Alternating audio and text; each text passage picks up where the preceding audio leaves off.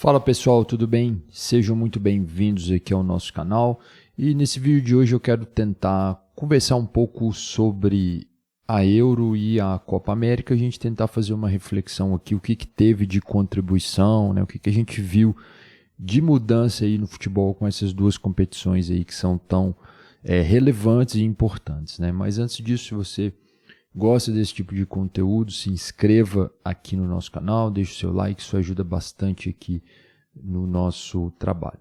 Pois bem, eu vou começar falando aqui da Euro e depois quero falar da Copa América e depois a gente tentar fazer uma breve reflexão aí sobre o que contribuiu, né, o que trouxe de contribuição para o futebol, né, ou talvez ali fazer uma análise de qual caminho o futebol está caminhando aí depois do que a gente assistiu nessas duas competições. A gente teve a final da Euro envolvendo ali Inglaterra e Espanha, né? Foram duas equipes que desempenharam um bom futebol ali durante a competição e duas gerações muito boas, né? Tanto a geração da Inglaterra, né? Que vive o fantasma de não ter conquistado títulos, né? De não ser a única equipe que chegou duas vezes seguidas ali na final da Euro e perdeu as duas vezes seguidas, né?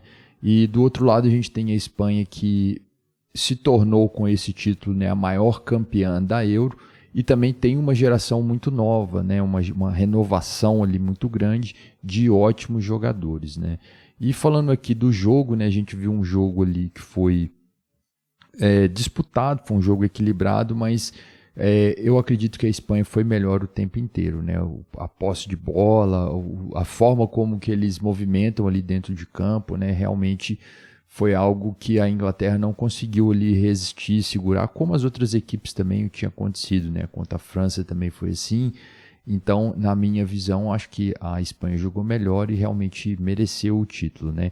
E ali o destaque ali, principalmente na final, né? Falando especificamente da final, para o Nico Williams, né, um jogador muito jovem que fez uma bela partida lá, né, conseguiu fazer um gol ali que foi importante ali, né, abrindo o placar ali, foi um gol importante para essa conquista de título, né, ali da Espanha, né. O jogo terminou ali 2-1, né, a Inglaterra até tentou alguma coisa, mas não conseguiu ali o empate, né? Então a Espanha foi melhor. Então falando aqui de alguns jogadores aqui que eu até anotei aqui que são destaques, né, na seleção da Espanha, eu coloquei aqui o Rodri, né, o Olmo, o Yamal, né, o Nico Williams, né? Acho que o Cucurella também a gente pode colocar aí como um destaque também desses bons jogadores aí. E pelo lado da Inglaterra a gente tem o Bellingham, o Watkins, né, o Phil Foden, o Pickford, né, o goleiro também fez grandes defesas, né? E o técnico Southgate começou a ser questionado, se tem até uma conversa da imprensa, né? Eu vi essa semana falando, né, principalmente no jornal Independent, que pode ser que o Guardiola, né, seja o novo técnico, né, da seleção inglesa, né, que eles estariam aguardando para que em 2025, né, quando encerrasse lá o contrato com o Manchester City, ele pudesse assumir, né? Então, o que a gente viu de forma geral, né, agora já analisando o contexto do que foi essa Copa, essa Euro, né, a gente viu que essa questão que hoje é uma questão política que às vezes se tem muita polêmica em cima, se tem vários pontos de vista, se tem vários atores políticos, né, que pensam de maneira diferente, que enxergam de maneira diferente, mas essa questão imigratória na Europa hoje é uma questão que está em voga, né, que é uma questão política muito séria, né, em vários aspectos, né. E eu acredito que essa Euro, né, o que ficou marcado ali, foi principalmente essas seleções ali que têm jogadores filhos de imigrantes, né? Seleções ali que já têm vamos chamar assim de mescla, né, de jogadores ali de várias nacionalidades, não que eles sejam de outras nacionalidades, né, mas às vezes são filhos de imigrantes, às vezes são jogadores que se naturalizaram, mas de certa forma é algo que a gente nunca tinha visto antes no futebol mundial, dessa maneira como está acontecendo atualmente, né? E é algo que não tem mais volta, né? Vai ser dessa maneira, né? Na Espanha se tem muitos problemas, né? Inclusive o Yamal, né? Ele é um jovem jogador, né? Tem 17 anos, né? Completou 17 anos lá na Eurocopa, e o pai dele, parece que o pai dele, se eu não me engano, tem 38, 39 anos, também é um cara jovem, o pai dele, né? E é imigrante também, né? Se eu não me engano, da Argélia, e eles são residentes lá de uma cidade, né? Próxima de Barcelona, né? Que chama Mataró, de um bairro Rocafonda, que não é um bairro que as pessoas às vezes têm muito preconceito, né? Pelo bairro de onde ele veio, então um bairro de imigrantes, né? Um bairro mais simples. Mas da mesma forma que os outros jogadores, o Yamal é espanhol, ele nasceu na Espanha, foi criado na Espanha, né? E isso hoje não tem mais volta, essa questão já faz parte ali do futebol, né? E é engraçado como a gente vê que o futebol, ele de certa forma expressa ali as contradições políticas que às vezes acontecem no nosso mundo mesmo, na vida real mesmo. O futebol talvez seja o esporte que consiga melhor expressar isso, né? Porque eu acho que no futebol a gente tem ali todas as classes sociais, né? Pessoas de diferentes origens, está todo mundo disputando, né? A gente pega outros esportes, eles são muito específicos, às vezes você não consegue ali pegar todo o tecido social, né? Todas as pessoas de classes diferentes. No futebol isso não acontece, né? No futebol todo mundo está ali jogando, né? Todo mundo está presente, todas as nações ali, todas as ideologias, todas as bandeiras estão ali disputando ali o futebol. Então isso é algo que eu gostaria de chamar a atenção se a gente pensasse no seguinte sentido, né? Quando a gente pensa na seleção brasileira, né? Principalmente a seleção brasileira ali que foi campeã em 58, né? Primeiro título de Copa do Mundo da seleção do Brasil, né? Que tinha lá o Pelé como destaque, né? Que eles ganharam aquela Copa do Mundo na Suécia. E até aquela época era algo incomum você ver jogadores negros jogando. Então a seleção brasileira foi uma seleção que chocou o mundo. Vou usar essa palavra, né? Mas não foi bem isso, mas assim, marcou de certa forma, porque existiam jogadores brancos, jogadores negros jogando juntos, e era uma grande seleção, né? Um grande time. E o Brasil sempre teve essa, entre aspas, vantagem, né? De ter jogadores ali de diferentes etnias, né? Jogando junto, que fazia com que o time fosse um time muito forte, né? Tecnicamente falando, né? Fisicamente falando. Então o Brasil sempre teve seleções muito fortes, porque usufruía muito dessa diversidade aqui que é presente no Brasil. Só que isso hoje já não é mais assim algo que apenas o Brasil tem. Praticamente todas as seleções do mundo hoje tem essa diversidade, né? Porque isso é algo que não tem mais volta, é algo que faz parte do mundo atual, né, do mundo globalizado, vamos chamar assim. Então isso é algo que é comum. Na Inglaterra também a gente vê que existe também uma situação de filhos de imigrantes, às vezes que estão na seleção, é algo que na Inglaterra já vem acontecendo há mais tempo. Talvez quem começou essa história, né, mais forte, que impactou mais, foi aquela seleção da França de 98, né, foi uma conquista ali importante, mas que também foi muito polêmica ali na França, né? A gente vê falando, né, vários livros falando sobre essa conquista da França. Foi talvez a primeira seleção ali na França ali que tinha muitos imigrantes, né? Muitos filhos de imigrantes ali jogando e representando a França. Até então isso era algo que não era tão comum. Eu acho que a França, eles já tinham outros jogadores ali de origem estrangeira na seleção. Acho que talvez desde 86 já tinha jogadores, também a Holanda talvez, mas eram poucos jogadores pontuais. E a seleção de 98 da França foi uma seleção que ficou marcada muito por isso, né? E tem uma cena que foi muito contestada em 98, porque às vezes quando começava a cantar lá o hino nacional, né, alguns jogadores não cantavam o hino da França, né, e aí isso gerava uma certa revolta ali entre uma parte da população francesa. Determinadas pessoas não gostavam, né, que a seleção tivesse esses jogadores de origem estrangeira. Então era algo que naquela época, em 1998, já causava muita polêmica.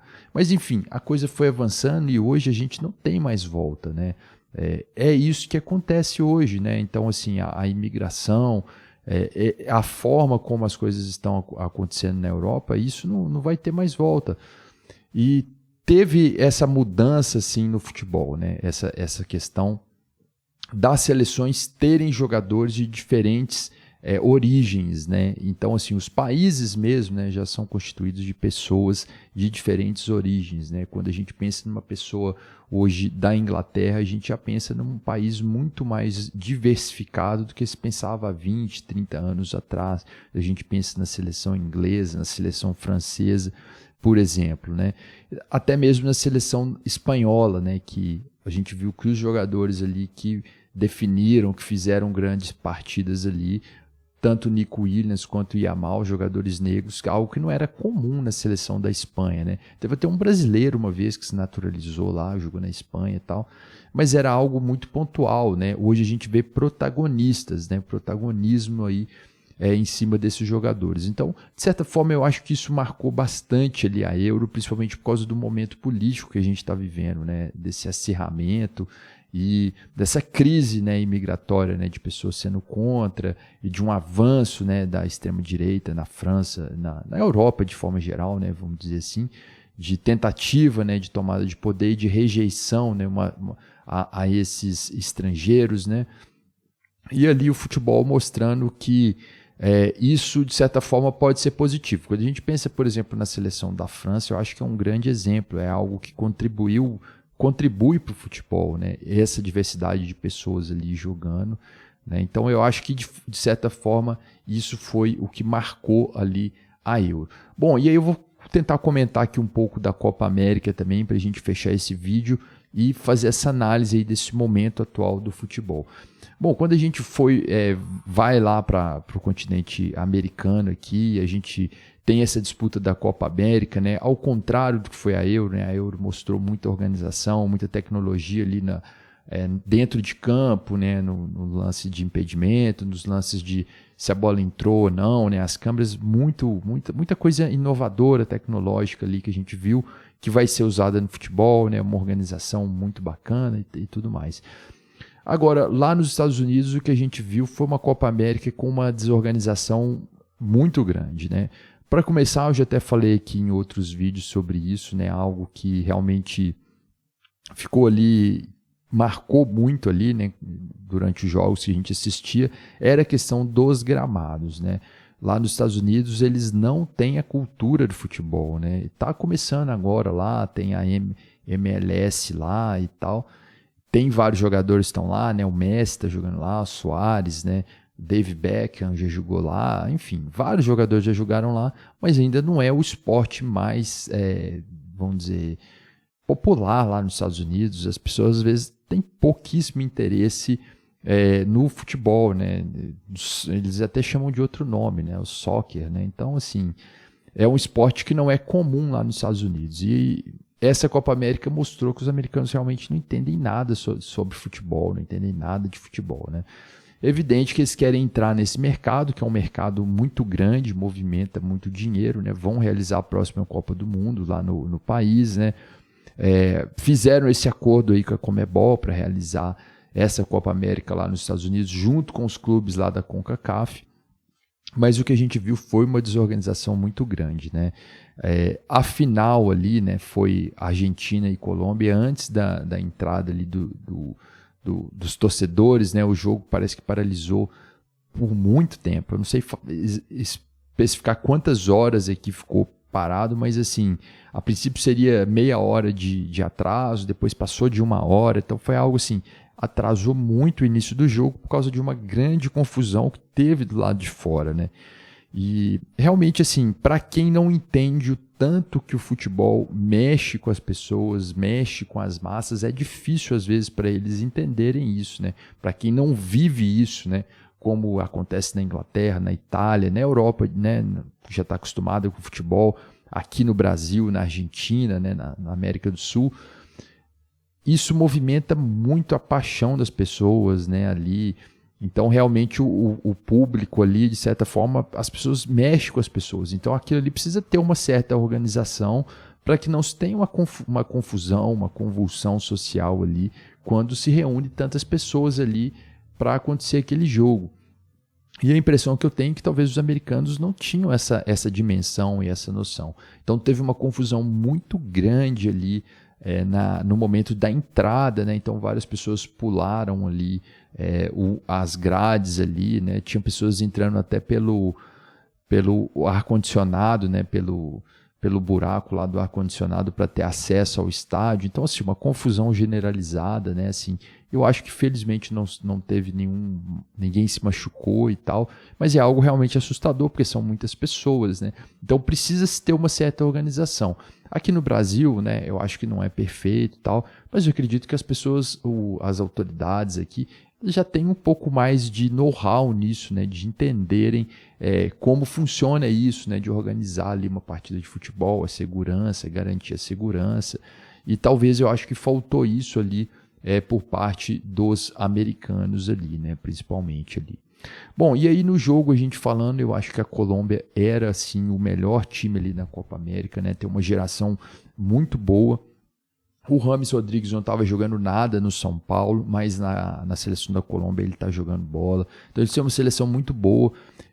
A gente assistindo o jogo ali durante o tempo regulamentar, eu acho que a Colômbia foi muito melhor que a Argentina.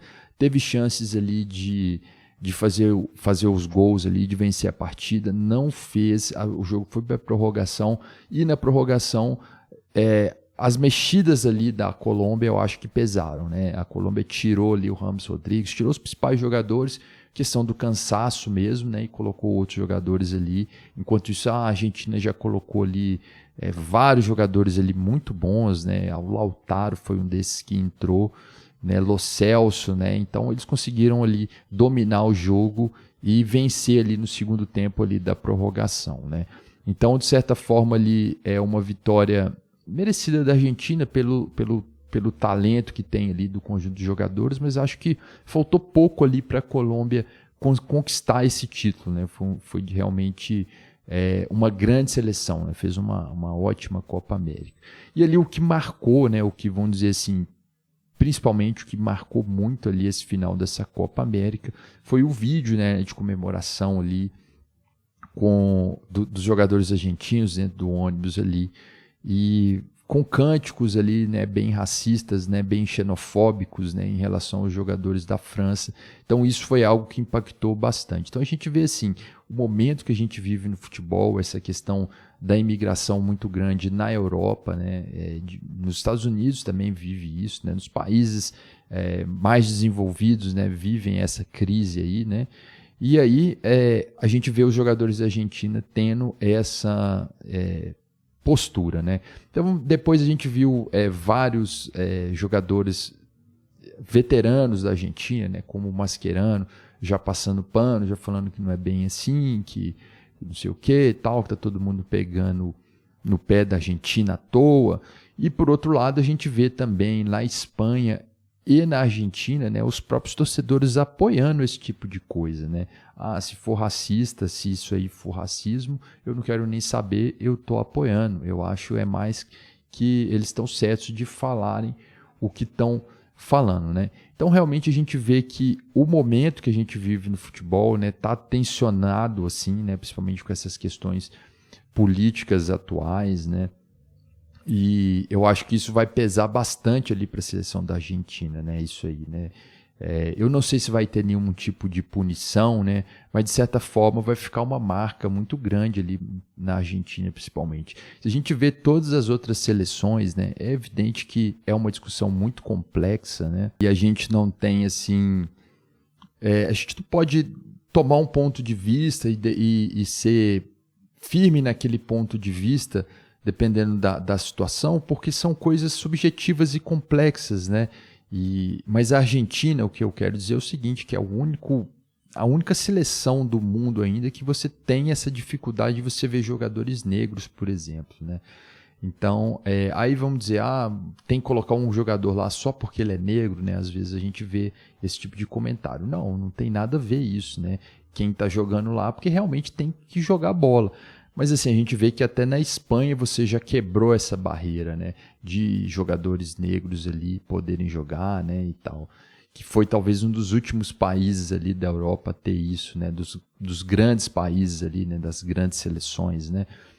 E muita gente na Espanha não gosta, né, com certeza, do Nico Williams e do Yamal jogando pela seleção, né? Mas estão tendo que engolir porque os caras decidiram lá a Copa América.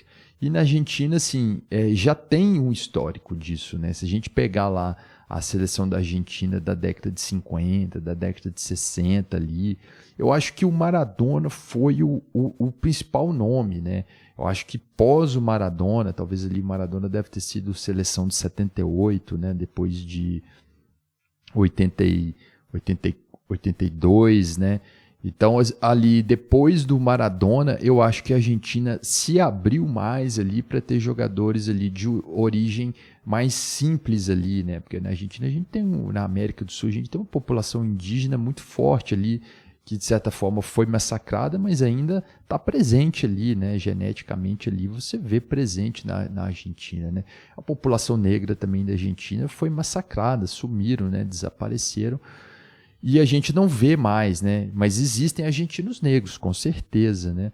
Enfim, e aí o que a gente vê é que se você pegar as seleções argentinas antes de 78, você via muito pouco, não existia, né? Na verdade não é muito pouco, não existia jogadores que fossem ali de origem mais simples. A gente via uma seleção europeia, né? Parecia uma seleção da Itália, uma seleção da Inglaterra.